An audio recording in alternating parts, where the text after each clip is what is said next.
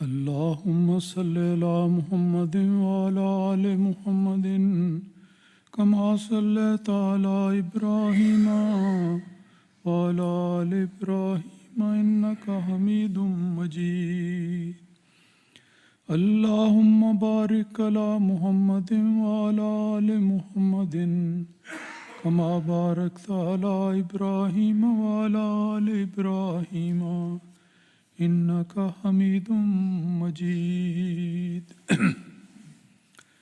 ہمارے پیارے آقا حضرت محمد مصطفیٰ صلی اللہ علیہ وسلم کی ساری زندگی ساری انسانیت کے لیے ایک کھلی کتاب تھی، اور آپ کا ہر قول و فعل ساری دنیا کے لیے اسوہ حسنہ پر مشتمل تھا. آپ صلی اللہ علیہ وسلم کی مقدس زندگی کا ایک اور واقعہ آج کے درس میں بیان کرتا ہوں، جس سے آپ کے حسن اخلاق اور عظمت کردار کے بے شمار پہلو نمایاں ہوتے ہیں. یہ روایت بخاری کتاب المناقب سے لی گئی ہے، اور حضرت انس رضی اللہ تعالیٰ عنہ اس کے راوی ہیں. وہ بیان کرتے ہیں کہ حضرت ابو طلحہ رضی اللہ تعالیٰ عنہ نے اپنی بیوی ام سلیم سے کہا کہ میں نے حضرت صلی اللہ علیہ وسلم کی کمزور آواز سے اندازہ لگایا ہے کہ آپ کو کئی وقتوں کا فاقہ ہے. اب اس بات سے اندازہ لگائیں کہ رسول اکرم صلی اللہ علیہ وسلم کی زندگی کس سادگی اور کس فقر کے عالم میں گزرتی تھی، جس پر آپ نے فرمایا کہ الفقر و فخری، کہ یہی بات میرے لیے فخر کا موجب ہے. گھر کی حالت کا اندازہ اس سے ہوتا ہے کہ ایک صحابی نے یہ محسوس کیا کہ رسول پاک صلی اللہ علیہ وسلم کی آواز میں کمزوری ہے، غالباً آپ کو کئی وقتوں کا فاقہ ہے اور بہت بھوک لگی ہوئی ہے. انہوں نے اپنی بیوی سے پوچھا کہ کیا کچھ کھانے کو ہے؟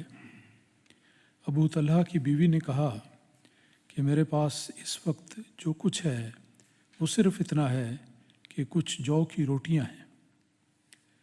چنانچہ وہ روٹیاں اس نے لے لیں، حضرت ام سلیم نے لے لیں، اور انہیں اپنی اوڑھنی کے ایک حصے میں لپیٹ کر میرے کپڑے کے نیچے چھپا دیا، اور اس کپڑے کا ایک حصہ مجھے اڑا دیا.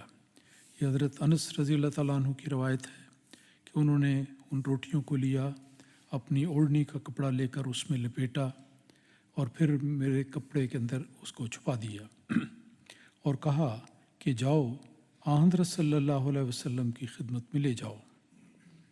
اس سے دیکھیں ایک بات یہ پتہ لگتی ہے کہ جب بھی کسی کو کوئی کھانے پینے کی چیز دی جائے تو اس کو ادب اور احترام کے ساتھ پیش کرنا چاہیے. اس روایت میں آتا ہے کہ روٹیاں تھیں، آپ نے اس کھانے کا احترام کرتے ہوئے اس کو ایک اوڑھنی میں ایک کپڑے میں لپیٹا. صفائی کا بھی خیال رہتا ہے، کسی کی نظر میں بھی نہ آئے، تو بڑے وقار سے اور کھانے کو ڈھانپ کر پیش کرنا، یہ بھی حضرت صلی اللہ علیہ وسلم اور آپ کے صحابہ کی سنت سے ثابت ہوتا ہے. تو کھانا جب تیار ہو گیا، جو بھی سادہ معمولی کھانا تھا، تو انہوں نے کہا کہ جاؤ حضرت صلی اللہ علیہ وسلم کی خدمت میں لے جاؤ. تو حضرت انس رضی اللہ تعالیٰ عنہ بیان کرتے ہیں کہ جب میں پہنچا تو میں نے دیکھا کہ حضور صلی اللہ علیہ وسلم مسجد میں بیٹھے ہوئے ہیں، اور آپ کے پاس کچھ اور لوگ بھی ہیں. وہ کہتے ہیں کہ میں آپ کے پاس جا کر کھڑا ہو گیا. انہوں نے کسی بات کا اظہار نہیں کیا کہ میں کہاں سے آیا ہوں، کس مقصد سے آیا ہوں، کیا لے کر آیا ہوں. ادب کا یہ تقاضا بھی ہے کہ وہ بالکل ادب کے ساتھ پاس جا کر کھڑے ہو گئے. رسول اکرم صلی اللہ علیہ وسلم نے ان کو دیکھا تو فرمایا کہ کیا تجھے ابو طلحہ نے بھیجا ہے؟ وہ کہتے ہیں کہ میں نے عرض کیا کہ جی. آپ نے فرمایا کہ کھانا لائے ہو؟ تو میں نے عرض کیا کہ جی. تو انہوں نے کچھ کھانا بھیجا ہے، یعنی اشارہ کر دیا کہ کھانا تو ہے لیکن کھانا کو بہت زیادہ نہیں، کیونکہ معلوم یہ ہوتا ہے کہ وہ بہت سارے صحابہ کو دیکھ کر جو مسجد میں بیٹھے ہوئے تھے کچھ پریشان ہوئے ہوں گے کہ ذرا سا کھانا ہے،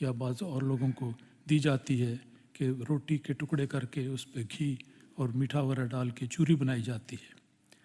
اور اس کھانے کے بابرکت ہونے کے لیے رسول اکرم صلی اللہ علیہ وسلم نے دعا کی۔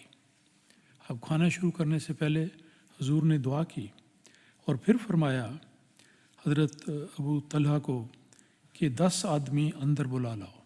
باقی سارا مجمع باہر کھڑا تھا۔ رسول پاک صلی اللہ علیہ وسلم گھر میں تشریف لے گئے، یہ کھانے کی صورت تھی، یہ تیاری ہو گئی۔ پھر آپ نے فرمایا کہ 10 آدمی اندر بلا لاؤ۔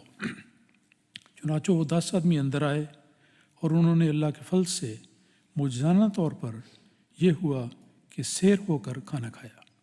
جتنی ان کی ضرورت تھی کھانا انہوں نے پورا کھایا، سیر ہو گئے۔ پھر رسول پاک صلی اللہ علیہ وسلم نے فرمایا کہ 10 اور آدمیوں کو بلا لو، یعنی 10 کے گروپ بنا کے اندر آئے۔ چنانچہ وہ فرماتے ہیں کہ میں نے 10 اور کو اندر آنے دیا، ان کو بلا لیا، انہوں نے بھی پیٹ بھر کر کھانا کھایا۔ اور پھر آپ نے فرمایا کہ 10 اور کو بلا لو، یہاں تک کہ باری باری سب لوگوں نے خوب سیر ہو کر کھانا کھایا۔ یہ رسول پاک صلی اللہ علیہ وسلم کی اس وقت کی کوئی غیر معمولی دعا تھی، جس کا یہ اعجاز ظاہر ہوا کہ وہ تھوڑا سا کھانا جو 2-4 آدمیوں کے لیے بھی کافی نہ ہوتا، وہ بے شمار لوگوں کے لیے کافی ہو گیا۔ اور اس کی تفصیل یہاں ذکر آتی ہے کہ باری باری سب لوگوں نے خوب سیر ہو کر کھانا کھایا، جو 70-80 کے قریب تھے۔ تو اتنا عظیم الشان معجزہ اللہ تعالیٰ نے دکھایا، اور سارے کا سارا ہمارے آقا محمد مصطفیٰ صلی اللہ علیہ وسلم کی دعا کا نتیجہ تھا۔ اور جب سارے لوگ سیر ہو گئے، یعنی اتنی تعداد ہی لگتی ہے جو لوگ وہاں موجود تھے، جب سارے لوگ سیر ہو گئے، پوری طرح انہوں نے کھانا کھا لیا، اس کے بعد جس نے کھانا کھایا وہ محمد مصطفیٰ صلی اللہ علیہ وسلم کا بابرکت وجود تھا۔ اس کے بعد رسول پاک صلی اللہ علیہ وسلم نے اور گھر والوں نے مل کر کھانا کھایا، اور کھانا کھانے کے بعد پھر اللہ تعالیٰ کے فضل سے ابھی کچھ کھانا اور بھی بچا ہوا تھا۔ تو یہ ایک واقعہ ہے جو نبی اکرم صلی اللہ علیہ وسلم کی زندگی میں پیش آیا۔ اس قسم کے غیر معمولی برکت کے واقعات آپ کی زندگی میں کئی بار ہوئے، لیکن ایک واقعہ ہے جو بڑی تفصیل سے بتایا گیا۔ اس میں نبی پاک صلی اللہ علیہ وسلم کی دعا کا معجزہ بھی ہے، آپ کی شفقت بھی ہے، آپ کی خاکساری بھی ہے کہ انتہائی شدید صورتحال میں، جس میں آپ کو خود بھی کھانے کی بے انتہا ضرورت تھی، جس کی وجہ سے آپ کی آواز بھی کمزور ہو رہی تھی، لیکن آپ نے سب سے پہلے اپنے ساتھیوں کو، اپنے صحابہ کو کھلایا، اور اس کے بعد پھر آخر میں خود تناول فرمایا۔ تو رسول اکرم صلی اللہ علیہ وسلم کی یہ سیرت کا پہلو بھی ہے کہ ہمیشہ آپ نے صحابہ کرام کو ترجیح دی، اور کھانے پینے کے معاملے میں آپ سب سے آخر تھے۔ اللہم صلی علی محمد وبارک وسلم انک حمید مجید۔